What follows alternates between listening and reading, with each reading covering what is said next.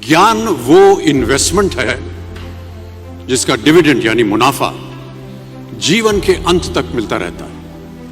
मैं ऐसा मानता हूं कि एक सामान्य जिंदगी जीने के लिए इंसान को रोटी कपड़ा और मकान के अलावा अगर किसी चीज की सबसे ज्यादा जरूरत होती है तो वो है शिक्षा, एजुकेशन। आपके पास यदि धन है तो आप उसे गोल्ड में कन्वर्ट कर सकते हैं। धन हो या सोना, दोनों के कम होने का या खो जाने का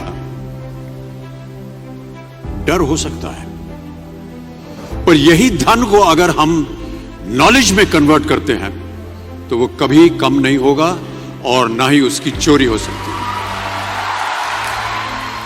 देखिए, जीवन में मुझे बहुत सी बातों ने प्रभावित किया है। मेरे ये अनुभव सुनने में शायद साधारण लगे, पर इनमें छिपा सार असाधारण है, अनमोल है। यदि मैं आपसे पूछूं कि सबसे शक्तिशाली व्यक्ति कौन है, सबसे शक्तिशाली व्यक्ति कौन है, तो कोई कहेगा कि जिसके पास पावर है, वेपन्स हैं, शस्त्र है, धन है, किसी देश का राजा या किसी सल्तनत का वारिस है। मेरा ऐसा मानना है कि वेपन्स, मनी किसी को पावरफुल नहीं बनाते, या अगर बनाते भी हैं तो कुछ समय के लिए ही बना पाते हैं। दौलत आज होगी, कल नहीं। शस्त्र का ज्ञान तभी तक काम आएगा जब तक वो शस्त्र चल सकता है। Once it is used it becomes obsolete. पर शास्त्र का ज्ञान कभी नहीं रुकता। Knowledge can never be obsolete. शास्त्र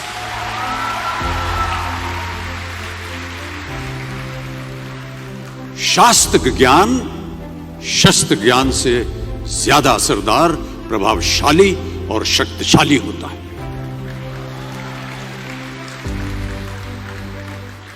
अब देखिए, एक राजा ने कितने राज्यों पर विजय प्राप्त की, कौन कौन से शस्त्रों का इस्तेमाल किया, कितने सैनिक थे, यह शायद आपको याद न हो,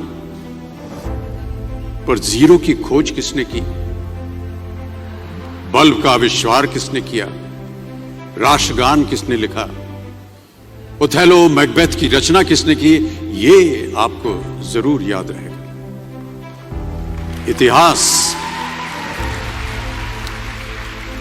इतिहास गवाह है कि एक राजा अपनी शक्ति के बल पर केवल वहीं तक पूजा जाता है जहां तक उसका साम्राज्य फैला होता है। वो केवल अपनी प्रजा का प्रिय होता है, पर अपने ज्ञान की कीर्ति फैलाने वाले Albert Einstein, William Shakespeare, Rabindranath Tagore सिर्फ अपनी जन्मभूमि में ही नहीं बल्कि पूरे विश्व में पूजे जाते हैं। संपूर्ण मानव जाति के लिए वो प्रेरणा स्रोत बनते हैं।